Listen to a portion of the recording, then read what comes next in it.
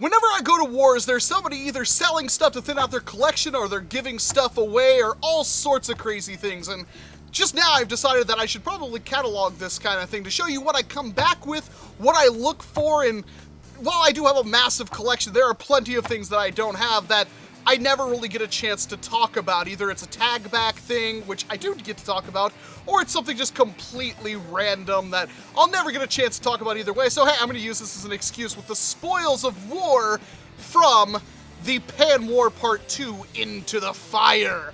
Starting off with the Zombie Strike Brain Saw. I mean, when else am I going to get a chance to talk about this thing? Because I never did a review on it when it came out like 2 years ago. And my gosh, is this thing pretty. Of course, I want a freaking rough cut that's made out of garbage that has a spinning foam chainsaw blade on it. Why would I not want that? Look at it, the grip.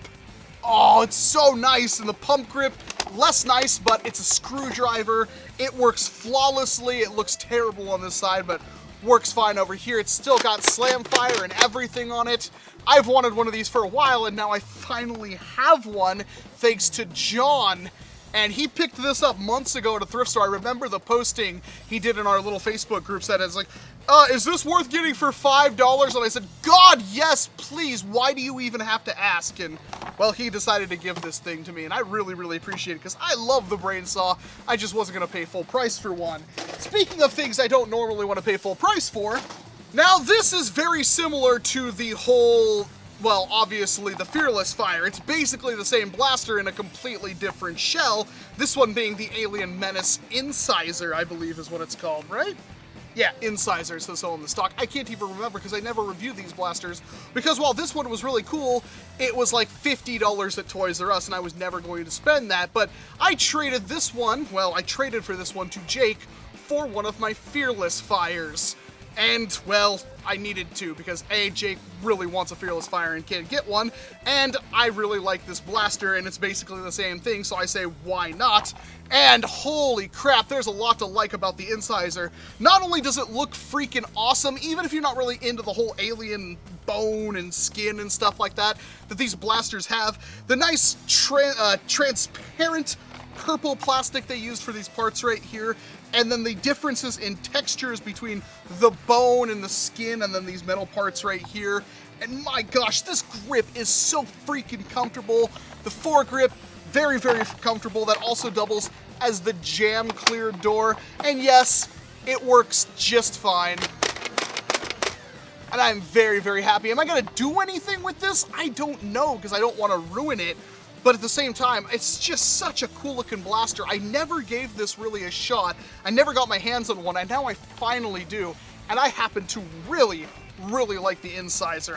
It's really big compared to a Fearless Fire, but oh, it's so comfortable and so cool. It's really hard to not love this thing. Somewhat of a tag back fodder, but I got my hands on one of the first blasters I ever had, and well, I had one of these a long time ago, and obviously it's been lost to the depths of time, and now I have another one in the form of the Supermax 1500. I believe this is the original version. They did another remake of this blaster shortly afterwards that is the same color scheme. It's still Supermax 1500, it's just got a slightly different shell, but this is more closer to the original Super Soaker stuff. It is an air-powered blaster that fires the original type of mega darts, and it's really freaking cool. Again, air-powered blasters are really good. This one, no exception. It can hit some pretty great velocities and whatnot if you decide to re-barrel it and plug the tank and stuff like that. They're really, really fun, and hopefully I get my hands on the other one so I can do a tag back on both of them sometime. But again, another blaster that if you're thrifting around, you might want to get your hands on this one, and this one was given to me. I can't remember whom by, though. That's the problem. People were just walking up and handing me stuff, and I don't remember what came from what. Here's something I bought from, I believe it was Steven, but this is a Dart Zone Scorpion, and the reason why you would care about a Dart Zone Scorpion is because the Dart Zone Scorpion is, well, it sometimes hits 100 FPS as a full auto flywheel blaster with a cool spinning barrel that cost $20 when it came out. It is chain fed, but I've done a modification to one I found a long time ago that lets it accept Nerf magazines using a Raider mag well, and it works really good. Now, why would I want another one? Well, I mean, it was cheap, first of all. I think he gave it to me, if I remember correctly. And yeah, why would you not? I'm building a Gundam suit. Why would I not want an extra rotating barrel chain gun to do something with? I am very excited to do something cool with this, and if you ever find one of these things, even if it doesn't have the chain, I highly recommend picking it up. The rate of fire is absolutely terrible stock, but it does hit really, really hard, with some shots hitting well into the hundreds. There is another version of this blaster that just came out that I will have a review out on shortly, so look forward to that one. I just haven't got a chance to put that up before I got this thing.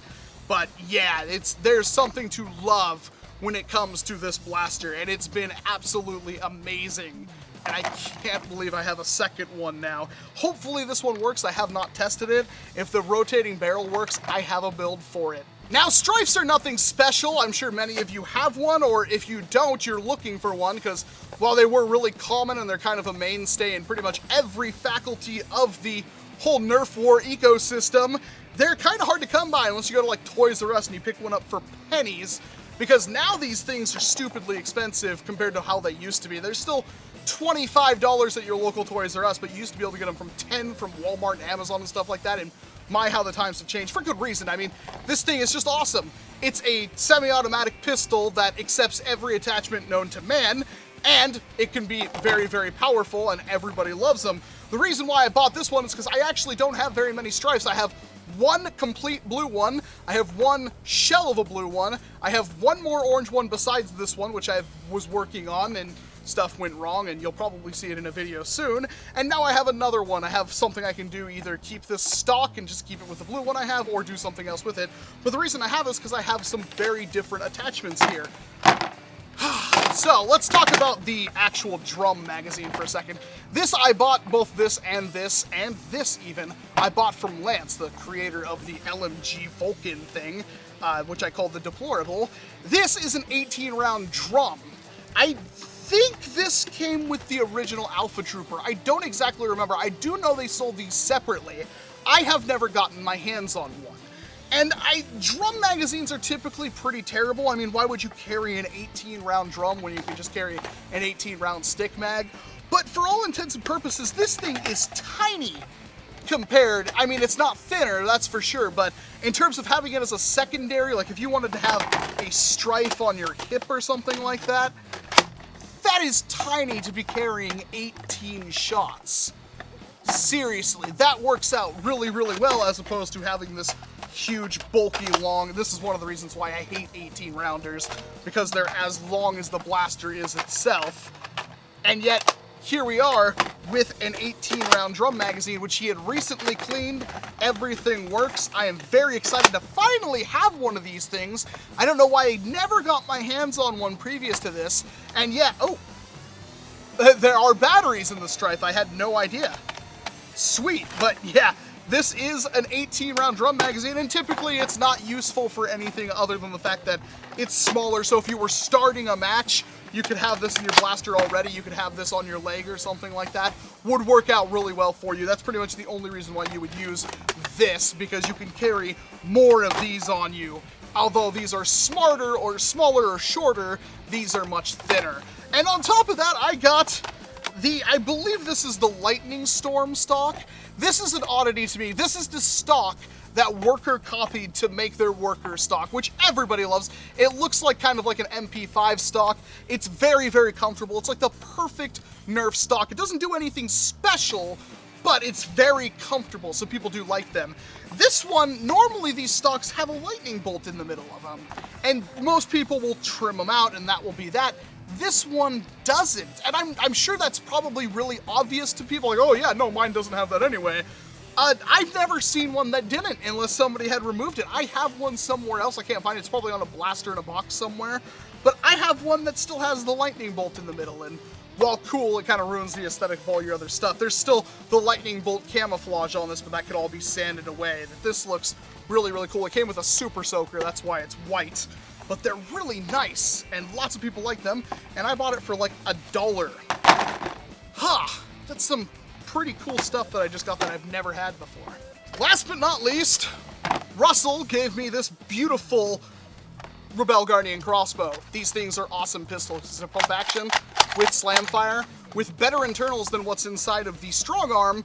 Really, really easy to modify. Highly recommend picking them up if you ever see them, because they make really good little pistols. They don't fire all that fast because they've got some locks in the whole mechanism, but for how compact they are once you cut them down, they still fire really, really well, and I can recommend them. Thank you for this one, Russell.